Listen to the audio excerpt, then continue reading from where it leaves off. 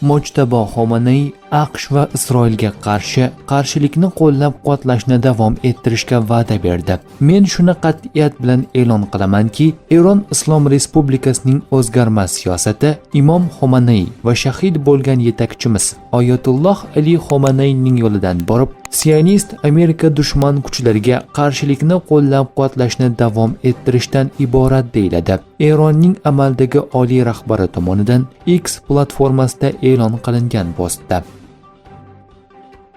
AQSh Eron bilan urush boshlaganidan beri 16 ta MQ-9 Reaper dronini yo'qotdi. Shu jumladan bu hafta Isfahon yaqinida 2 tasi ham urib tushirilgan. Har bir Reaper taxminan $300 million turadi. Bu yo'qotishlarning umumiy hisobi qariyb $500 million ga yetadi.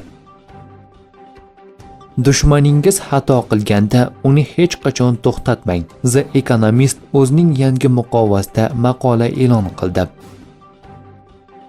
Eron tashqi ishlar vaziri Abbos Aroqchi: hozir o'rtamizda hech qanday muzokara yo'q. Ishonch darajasi 0 ga teng. Biz urushning tugashini istaymiz. Eron xalqiga yetkazilgan zarar uchun kompensatsiya to'lashni talab qilamiz. Hech kim bizga muddat belgilay olmaydi. Eron xalqiga tahdid til bilan gapirib bo'lmaydi. Faqat hurmat asosida gaplashish kerak. Ular quruqlikdan hujum qilishga jur'at eta oladi deb o'ylamayman.